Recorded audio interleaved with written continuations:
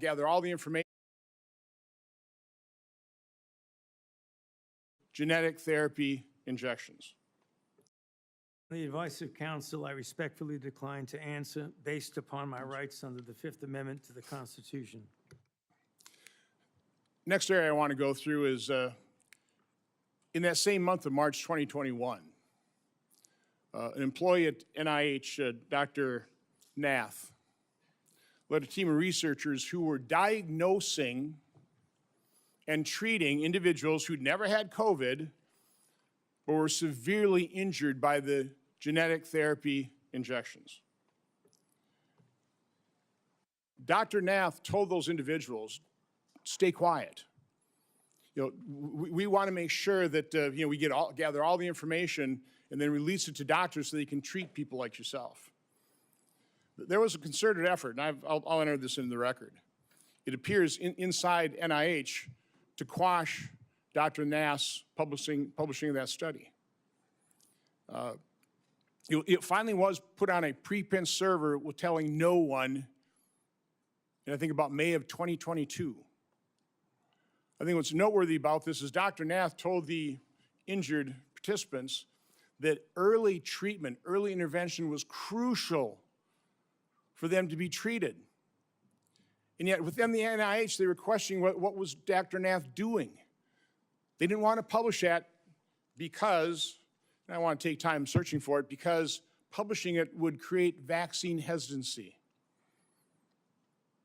which is what we continue to hear time and time again, is the reason they didn't promote they lied about the safety signals they were seeing.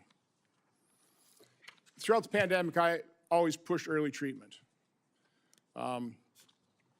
We've got things in here where you were really concerned about remdesivir because it was untested, but hydroxychloroquine, yeah, it was an approved drug. Maybe some safety issues, but we had a great deal of experience with it. All of a sudden, you had the Surgisphere study. It was retracted within 2 weeks because it was completely false.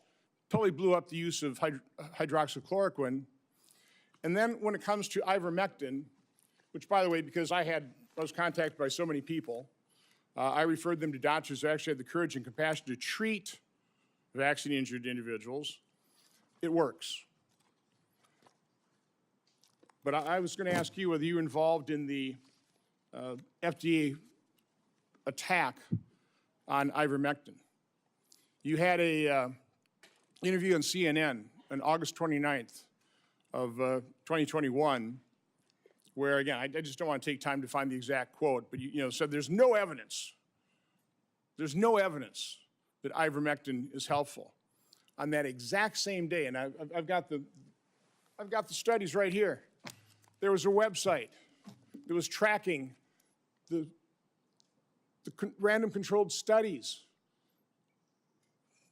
Here they are, showing 60, 70% efficacy of ivermectin. The same day you say there's no evidence, there was all kinds of evidence. Loved ones had to go to hospitals, had to sue hospitals. Just, would you try it? So I would want to know, to what extent